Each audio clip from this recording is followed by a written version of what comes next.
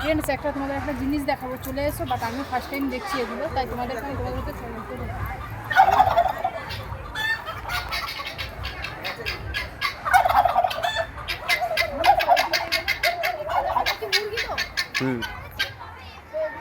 অবশ্যই কিন্তু জেনে থাকলে জানিও।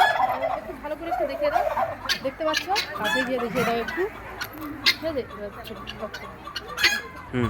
এই যে আরেকটা দেখো, এই যে দেখো এটা কি মুরগি, দেখো দেখো কিরকম, দেখো হাই পেছনে পুরো পায়রা পাখির মতো দেখতে।